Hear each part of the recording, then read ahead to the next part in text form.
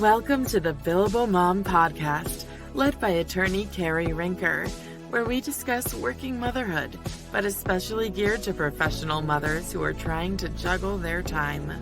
Our time is precious, both at work and at home. We talk time management and productivity hacks, the struggles of being a working parent, and provide a community where other Billable Moms are also trying to calm the chaos 6 minutes at a time. Listen to stories of other working moms, but especially lawyer moms. Navigate the waters balancing career and the ever-present demands of motherhood.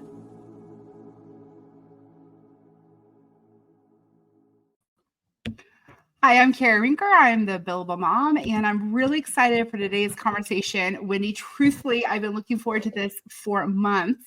As soon as you got on my calendar. So we've got Wendy Meadows in the house. And I first met Wendy, or actually listened to Wendy. She was on the Law Entrepreneur podcast. And she was telling her story about how she was greatly reducing her family law litigation practice and having more of a non-litigation practice. So I just reached out to her like, hey, I've got a girl crush, let's talk. And that's how we connected. And then since then, I have read her book, which has been published in the last year, Sparkle and Grit. I bought my copy on Amazon. I don't have it to show here just because I've actually given it to somebody else who couldn't wait to read it. So I decided to share the love. And I literally was on a family trip and I read the whole book in 1 week. And my mom, just kept on coming up to, what are you reading, Cari? You just look so happy and engaged. And so Wendy, why don't you tell our listeners who you are and your path to becoming a Billable Mom? Oh, goodness gracious. I want you to ask a few little baby questions in there, or else I could probably talk for the full hour, right? But my name is Wendy Meadows. I'm an attorney in Maryland, pretty close to Baltimore. And I wear 3 hats, right? I wear the attorney hat, at least in my professional life. I wear the attorney hat. I'm also a life coach, primarily to lawyer moms. And I'm also, and in that hat, I'm a law firm consultant as well. And then the final is I'm the author of Sparkle and Grit. And Sparkle and Grit, the book and the programs that I've developed from Sparkle and Grit are my way to reach all women, all different stages of motherhood and professional lives, etc. So Wendy, let's back up. So pre-Sparkle and Grit, you became a mother. So where were you in your professional career at the time that you entered motherhood? Sure. So my son was born December 2011, and my daughter was born December of 2013. So December, and I'm a December baby too, by the way. So it's December is very chaotic in our household. And I was 5 years into practice, and I just became partner when I had my son. So I become partner, I believe that January. And when I left for maternity leave that December, I've been partner for a year and left, for the 3 months of my maternity leave. So I was still really in the baby stages of being an attorney. And I was in the very baby stages of being a partner as well. So how did you navigate that first maternity leave? And I'm curious, Wendy, were the other partners male or female? Were they parents themselves? Yeah, at the time, it was just I basically kind of joined up with a solo. So I joined up with her. She was a female. She had kids. But when I entered the firm, her youngest had just started college. So she knew what having children was like, but she was removed from it, right? And removed from the day-to-day of it. But she was understanding in terms of, I said, hey, I'm going to take a 3-month maternity leave. And she said, okay. And there really wasn't a lot of negotiation about it. I was actually paid every month the whole time. I was like, wow, this is crazy. Even though we really didn't have a conversation, which I probably recommend people do have a conversation. But yeah, so it was just her at the time. And then when my daughter was born, we had another partner. I cannot remember right now if he was a partner when she was born or if after. I kind of think after. But it feels like a really long time ago now, right? 11 years ago. So, yeah. So I'm curious, 3 months, I'm so jealous, right? That's amazing. And then were you really disconnected for those 3 months, or were you kind of juggling a little bit here and there? I was juggling a little bit, but not in terms of clients. So when I left the firm, when I went on maternity leave, that was 2011, we were using Time Matters and Time Slips at the time. That was awful. So if any of your any of your listeners have used Time Slips and Time Matters and how it would like kill your system and it would like shut down your computer and it was so clunky. So maternity leave number one, my goal was to find a better billing software and I transitioned us to legal. I transitioned us to Clio during that time. So during that time, I took everybody, I transitioned everybody, I did all the balances and everything I needed to do. So I felt like that was still my way to carry some weight. Maternity leave number two, I was 100% disconnected. Wow. Good for you. Good for you. How was it transition then back to work? Rough. I remember my first day back to work after my son was born. I was just really, really sad for that first week and did a lot of crying. Also, I feel like your brain's not in your head, right? I feel like none of the emails I wrote during that time made any sense. And sure enough, like 6 months later, when I went back to like read an old email that like I had sent out, I was like, what am I even saying here? Because I think the sleep deprivation and everything else. And it was hard. The parts that were like, I was willing to work. I wanted to work. I wanted to be productive, but I had basically settled all my cases and got all my cases into a really good spot before I left.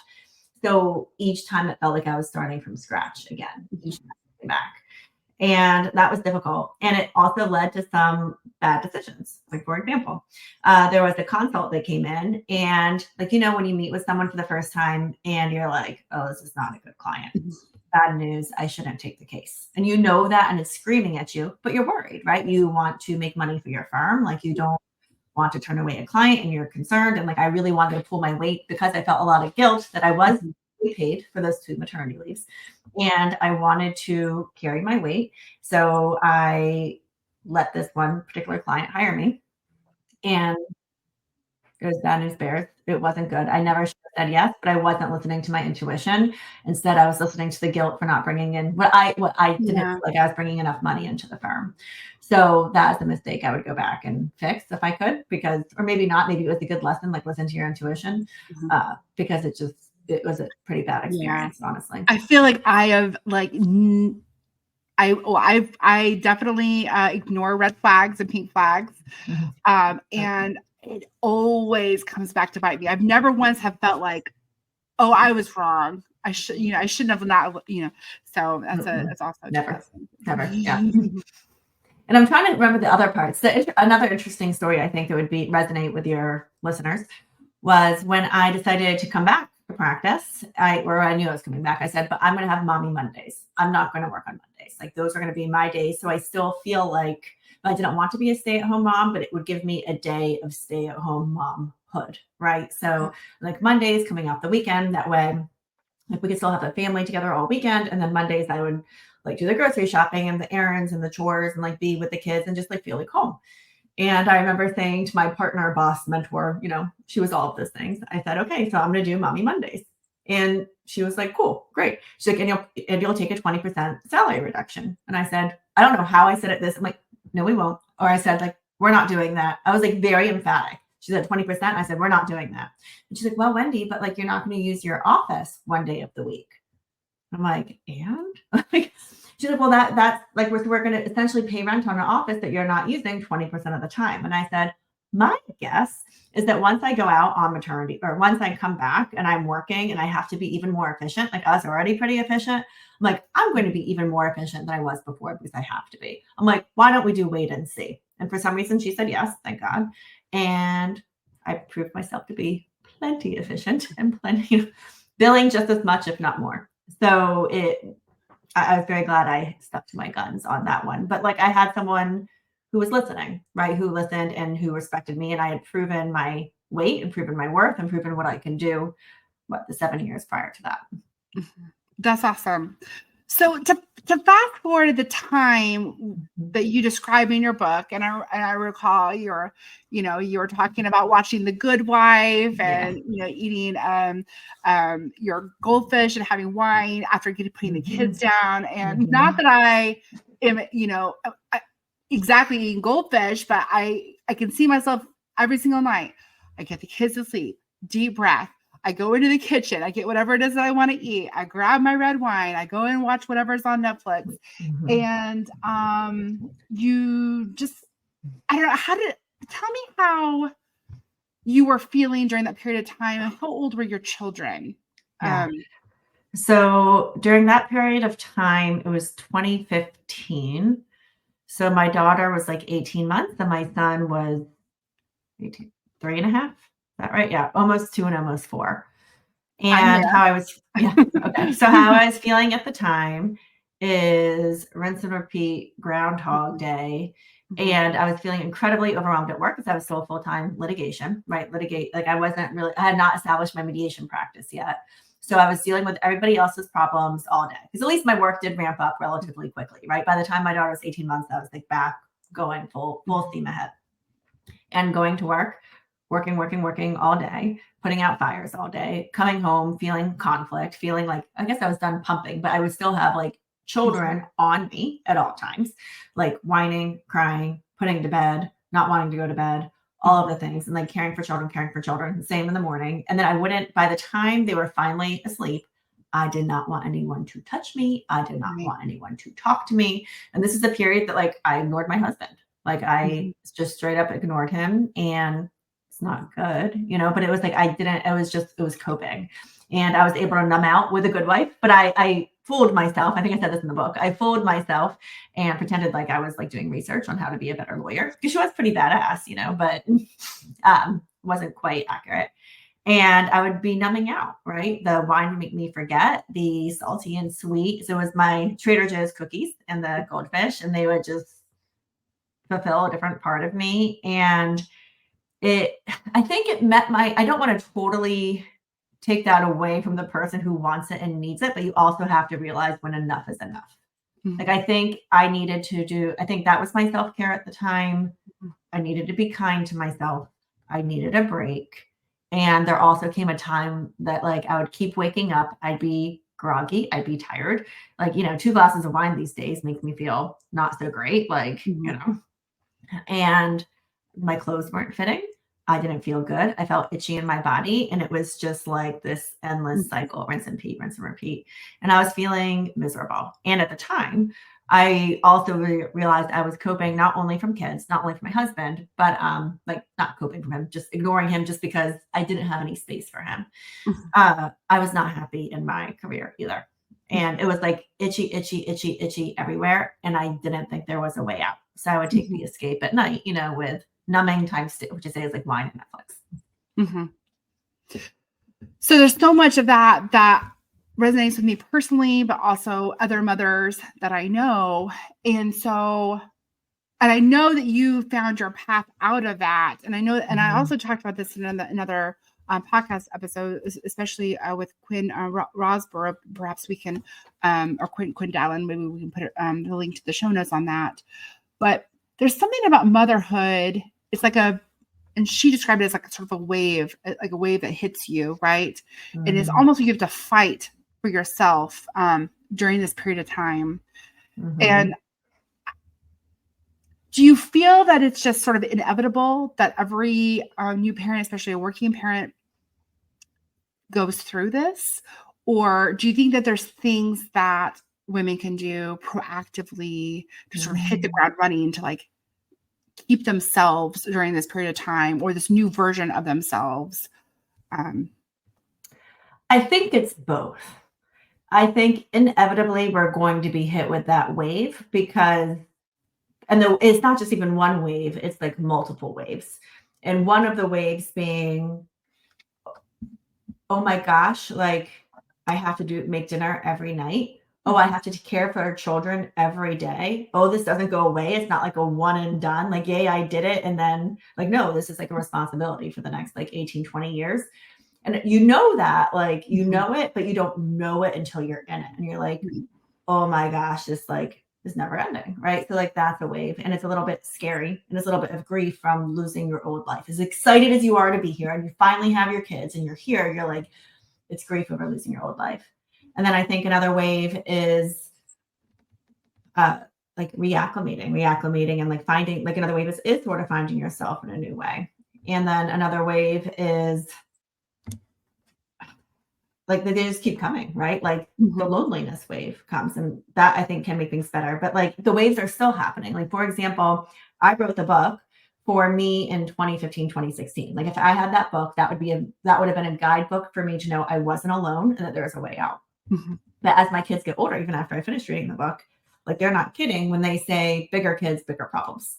And I'm still not in the teenage stage yet, where it's just like teenage kids, even bigger problems, and adult kids, and even adult problems. So like the wave keeps coming and coming and coming. And I think the way that we can make it feel less like you're getting lost and tumbled, and just to use that analogy, in the ocean is like tumbling, and like throwing you on the sand. If you have community and people who get it, like that's going to be your lifeboat. Because I will tell you, my second maternity leave, where I said like, and I was completely pieced out from the firm, I have never been so lonely in my entire life. We had just moved here where I am now, like in the boondocks. It was a really snowy and icy winter, like really snowy and icy. So like anytime, and then flu was going around like crazy. So anytime people were going to visit me, it got canceled, like every single time. My husband was working bunches at the time. So he was leaving 6:30 in the morning, not getting home till 6 o'clock at night. And my older child, we had grandparents watch him, so I didn't have like a daycare option. So I had a 2-year-old and a 0-year-old by myself for 3 months straight, from 6 a.m. to 6 p.m. And that it was really freaking hard. And had I had a community, and had there been more social media, or had there been the Marco Polo app that I use every day now, I don't know if you use Marco Polo as well. Like I would have had people who were like not commiserating with me, but like who got it. And so I think that's the key. Like the waves are going to come no matter what, but they feel better if you have someone else like linking arms with you, saying, "This is normal. Me too. I'm here for you," and like have a sounding board. So you navigated your way out of it, hence the book, right? So why don't you update our listeners on sort of your journey, which I think came in a little bit baby steps, right? A heck of a lot of baby steps. Like I said, like for a long time, I wasn't feeling right? I just wasn't feeling right, but I didn't know how to get out of it. And I'd always say, "Oh, maybe I'll get fired." How am I going to get fired as a partner? Something crazy will happen. And then my fallback was always, "I'm going to be a LexisNexis rep." That was always like my fallback plan. Like if I wanted to find a new job, like I sort of like fantasize about it. And baby step number one was in 2016, I think. I became a health and wellness coach, sort of accidentally. I fell in love with fitness again. I fell in love with nutrition, and I could be a health and wellness coach. I'm like, how cool is this? And then I had a lot of actually lawyer moms sort of came to me when I was in that space. And every morning, by the wee hours of the morning, I was coaching other women, and it felt amazing. And it was like, this is the thing I've been missing, is building people up. Because as you know, like in the divorce industry, we tend to tear people, like our job. And I think hopefully the pendulum is shifting a little bit. I don't know, as I'm not in litigation anymore, but our job was to tear the other party down and act like they weren't a human being.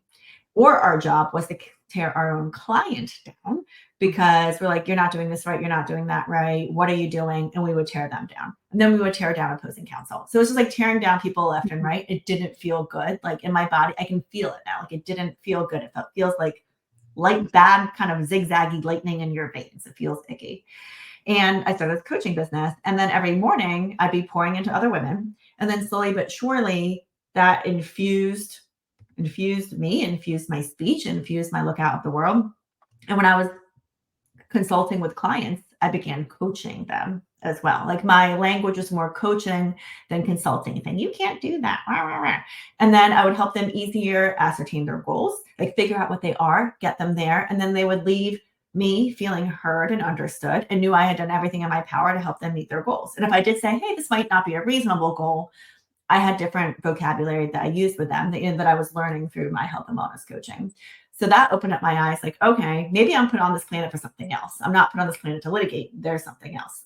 And I was trying to figure out what that was. And again, I was like BSing like with a friend. And I just need to win the lottery so I can get out of this. Da, da, da, da. And she looked at me. She's like, "But do you?" And I talk about that one sentence all the time. So it was just that one sentence, that one question. I'm like, "Oh, she's right. She's right."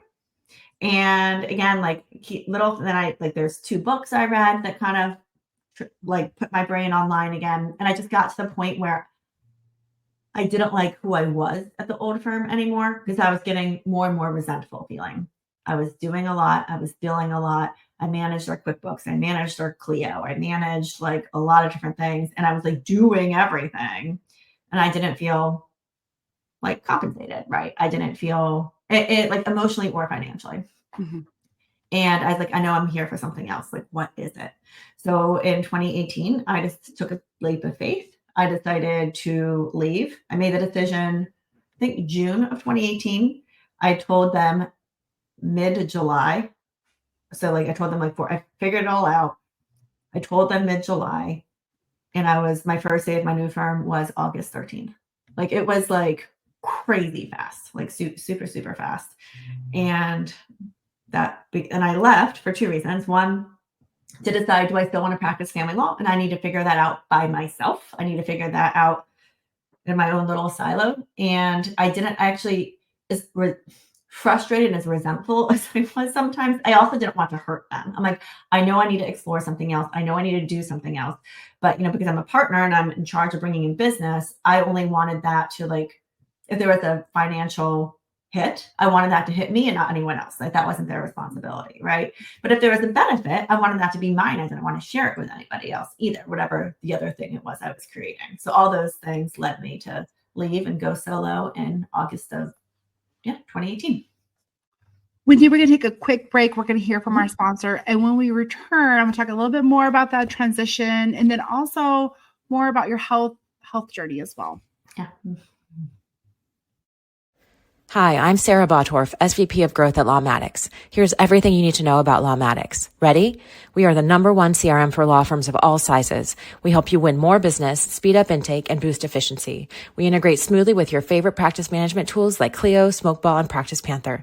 And get this, 95% of Lawmatics users see an increase in revenue while 91% see an increase in efficiency. Check out Lawmatics at lawmatics.com and mention the Billable Mom during your demo to get 10% off your subscription. That's LAWMATICS.com.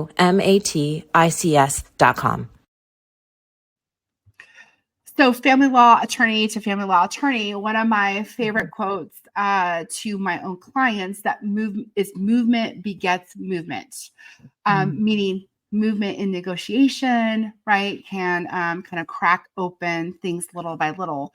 But I also feel like that quote applies to so many aspects of life, including health and wellness, right? Literal movement begets movement, right? Just a little bit at a time. And it has been unquestionably a struggle for me, postpartum for me. I literally ran the New York City Marathon, it is hard to get your balance postpartum. So I'm curious what advice you would give to our listeners on that. And then how did you start getting your momentum little by little? Sure.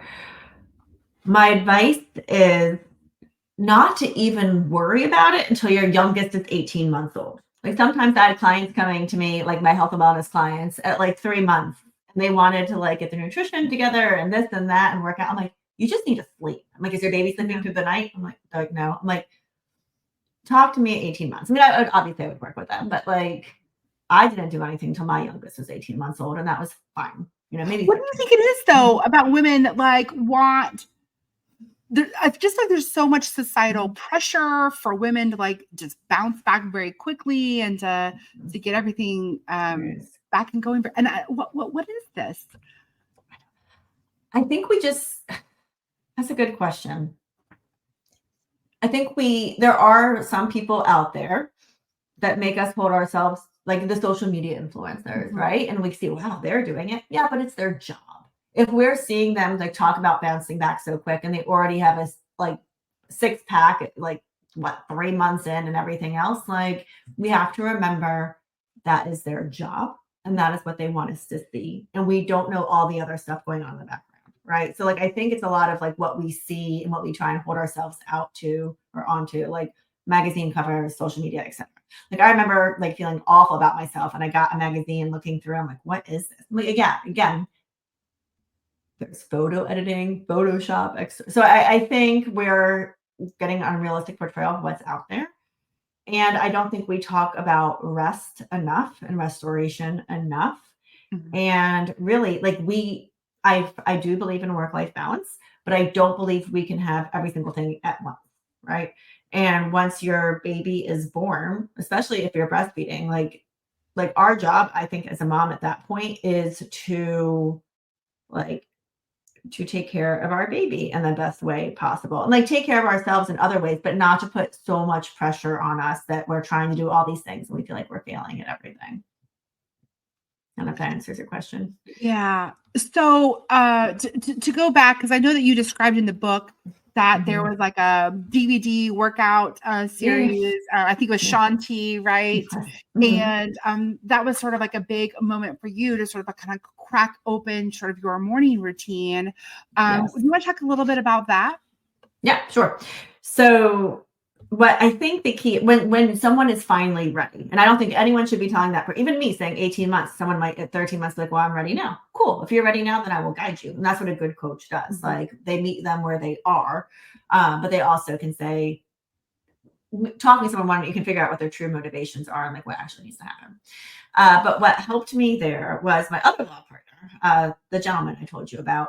He brought in these like, hey, I have these like bootleg Shanti DVDs. Like, do you want to do them? I'm like, yeah, sure. And what was key there was the accountability. So if someone is looking, so there's 2 rules, I think, if you're,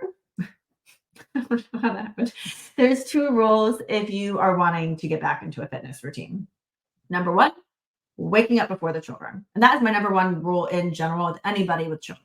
If you are not waking up before your kids, you are waking up behind. So that I will, but again, I give people like an 18-month grace period, right? Like until your baby is sleeping through the night and you're getting good sleep too. You get a grace period. But once that grace period is over, you got to wake up before the kids, period. Because otherwise people will be needing from you every single moment of the day, from when you go wake up till when you go to sleep. We don't want that. We need to have that first at least half hour for you every single morning, period. Like no matter what you are doing in that half an hour space. But for me, my first morning routine anchor was sweat, right? And that was sweating with Shanti. And what really made that stick was that every morning, me and my partner would walk in the door, be like, hey, did you do like Gamma workout 3.2, whatever the heck it's called? It's like, yeah, I did it too. What'd you think about those burpees? Like, oh my gosh, that was crazy. And every single morning, like we had camaraderie about it. And that's what kept me going. Because if it was just me by myself, I'd probably like, oh, I'll do the abs. I'll do the arms. I didn't realize until he showed me, oh no, Wendy, there's a whole calendar. Like, there's a calendar? Like I have to do this every day. But like with like a partner in crime and talking about it. And I would set my alarm, wake up before the kids every single morning. Like I worked out consistently for the first time since I was in like college cross country, so since 1999. That was like the most consistent I had worked out. What would you tell the women out there who are having trouble finding that camaraderie? There's a lot of groups. There's a lot of groups. If they want to, I have a group going. They want to be in a group. Like I have this Facebook group that's been going forever, and everyone posts their sweaty selfies every morning. Or I would say, hey, like phone in a friend.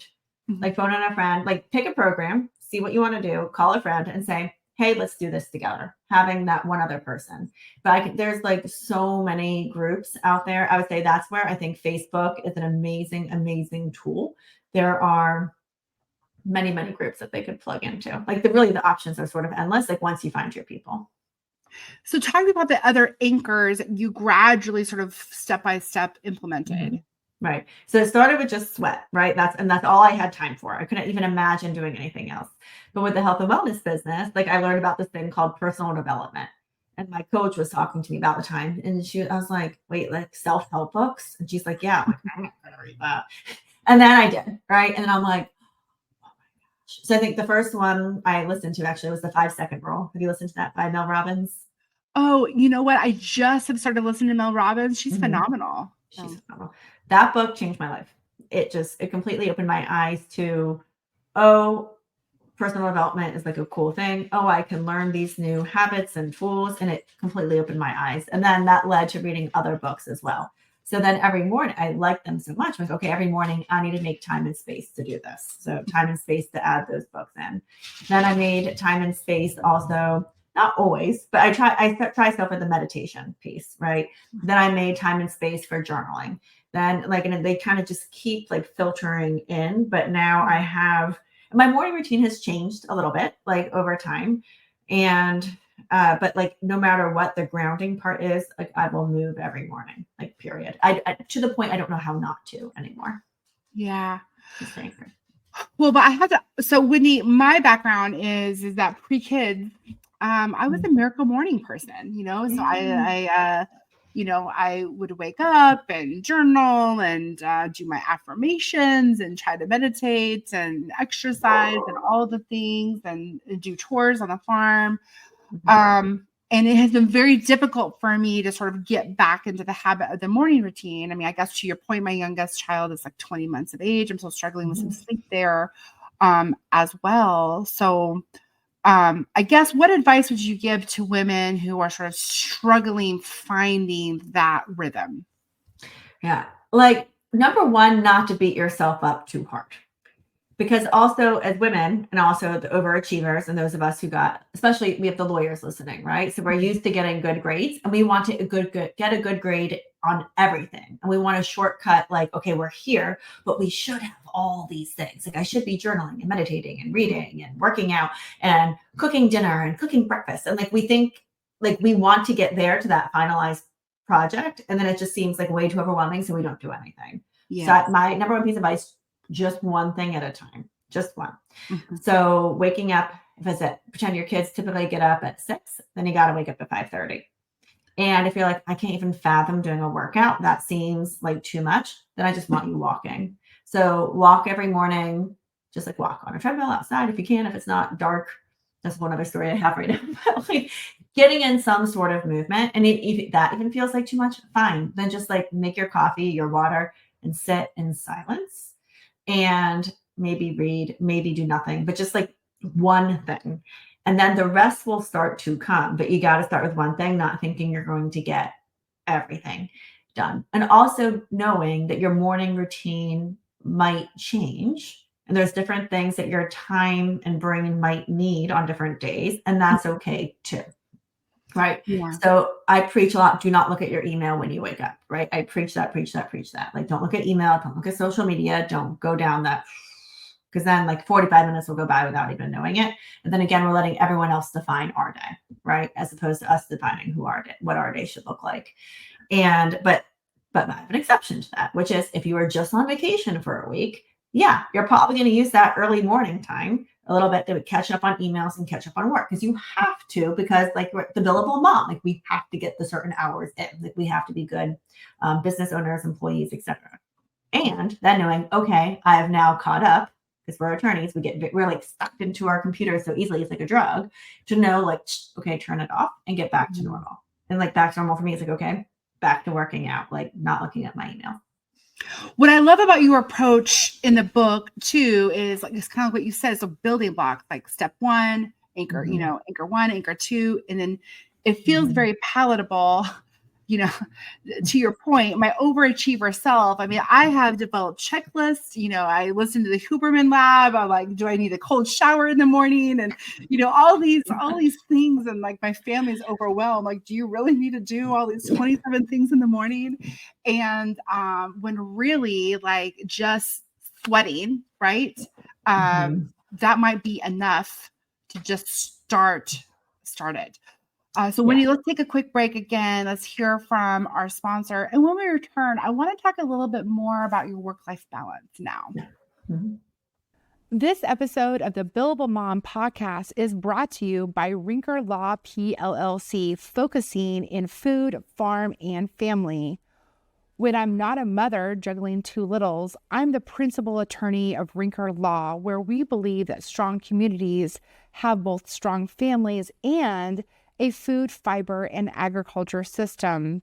At Rincker Law, not only do we do family and matrimonial law, but we also work with entrepreneurs and agriculture producers on business, estate, and succession planning. We are a client-focused, results-driven law practice. At Rincker Law, we also support other billable moms, not only here in the workplace at Rincker Law, but also with clients, helping them live their dreams both in business and at home. For more information, visit us at www.rinkerlaw.com. Cari Rincker, Rincker Law, Food, Farm, and Family. I love that. Thank you. That's so nice. I love that. That's great. So What a good segue too. Wendy, I'd love to talk more about like where are you now, and talk to me how you're navigating your work-life balance. Yeah. Well, it's interesting that we talked about the morning routine part too, and where are we now? Because just to wrap that up, like my routine too, and I think when I wrote the book and right before was very and then I realized sometimes you're just going through the motions and you're not actually like absorbing the words on the page. And you're like, when you're reading, and you're not actually you're doing it to say like what I thought about your checklist. Like you're checking everything off, but are you actually getting anything out of it? Or are you like present to your morning routine? So I've actually just redeveloped, it came to me over Costa Rica. Like, why am I making this so hard? My new morning routine is I sleep until I wake up, period, because I still believe sleep matters most. And between the hours of 5 to 6, I will read and meditate and study, right? Journal, no matter. So it depends where I wake up, how much time I get. And between 6 and 7, I'm in my home gym working out, either doing yoga, running, weightlifting. And it's that simple. Like rather than I have these, like if I'm up at this time, I do this, and this time I do this. And that has settled a lot of things in my brain. But where I am now in terms of career or work-life balance or... Yeah. So I know that you have your own law practice. And in addition to that, you have a health and wellness and a life coaching practice too. Isn't that right? How are you navigating your day and motherhood and all the things that go along with it? Oh, goodness. Like I said, bigger kids, bigger problems. But then they're also way more self-sufficient than they used to be. So a typical day, I'll walk you through a day. It's probably the easiest way. So it's like I said, that in the morning, the 5 to 6 and the 6 to 7, like I know what I'm doing. And then at 7, from 7 to 8:30, I'm full mom, right? Full getting ready myself and like nudging kids. Make sure you eat your breakfast, do this, do that. But also now that the kids are older, empty the dishwasher, because like all of this should not be my husband's and my responsibility, right? Pack your own lunch. Like I stop pack. Like if they really, really are dying for me to pack them lunch, I will. Or if they're dying for me to make them breakfast, I will, because I still want to show up as a mom. But for the most part, they do their own breakfast and lunch, right? So that saves so much time, and it teaches them to be efficient. The other thing I'm teaching my kids now, again, in terms of work-life balance, part of the work-life balance piece is moms, we have to remember every blessed thing. And it's a lot, right? So where can we shift the burden? So what I have done, and I think this is my number one tip that I love, and probably a lot of your listeners are doing it already. But when anything's on the calendar in terms of like gymnastics or which spouse is taking who to what, and like who's taking the gymnastics and who's taking to Ninja Warrior, and here's a PTA meeting and whatever. I invite my husband. I'm still the one that puts it on the calendar. Sometimes I have my assistant do it, which is also fabulous. But then I invite my husband, right? So it's on both of our calendars. The new thing I'm doing, because my son has school lunch once a week and we get to like decide when it is. I am now add that to the calendar too. So my son knows he doesn't need to pack a lunch that morning, and I invite him too. So he sees it on his like iPhone calendar. So I'm teaching my kids executive functioning now, and he's about to be 13. So like, this is how people remember stuff. You put it on your phone calendar so you know like what's happening. And I'm starting to invite them to more things. So that's helpful in terms of, again, relieving the burden. I've also, with my son, again, where I'm like relieving some of the burden, because a lot of us, we tend to still get helicoptery with regard to report cards and grades. And both my kids get good grades, and my son has always gotten good grades, but I was still like on him about stuff. And then we made a decision together this year. I'm like, okay, I don't want to be on you. I'm not going to be annoying. I'm not going to ask about homework and if it's done or not.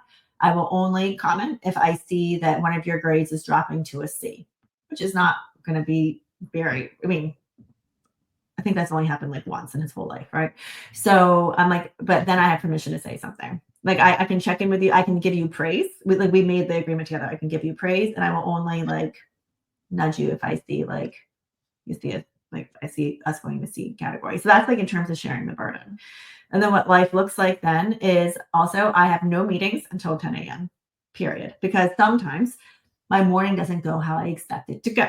right? And like, again, not beating myself up about it, but then I have till 10 o'clock to get ready. Maybe I didn't get my workout. Maybe it's too dark and I want to go running outside. And so I have that extra time there, or I have the time to like really say, okay, well, who do I need to be today? What do I need to do? And come up with my game plan for the day. And then 10 to 4, I'm in meetings back to back to back to back. And I think all family law attorneys, I think the practice feels like a little ADHD, right? Because like we're like running around from like this client to that client and doing this. So all I've done is like half of my life is now mediation and still like coaching clients as long as it's not going to litigation, or coaching clients, like coaching lawyers, law firms, etc. And my day just looks like meeting, right. And then I'm offline again by like 4:15, and a mom driving all across creation. The other thing I've done too, to really make sure I'm utilizing my pockets of time.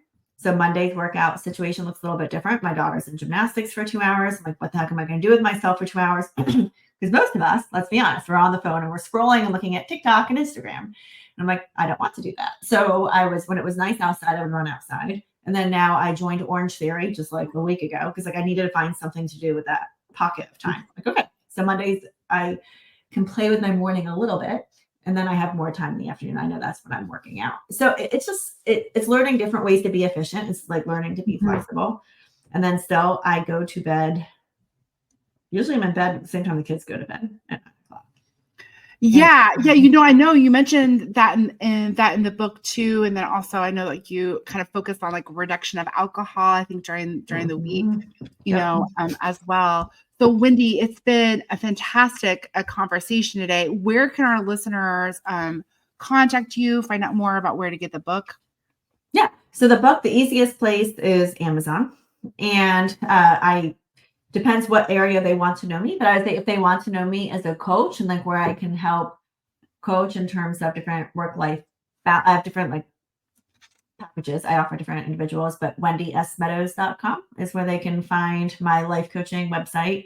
Also sparkleandgrit.com, which is a runoff of the book. That's more generic. It's not just for lawyer moms, but the lawyer moms are going to get the most benefit, I think, from the wendysmeadows.com. And they can learn different ways to work with me, whether it's one-on-one in a group or any other way that might be good for them or their firm.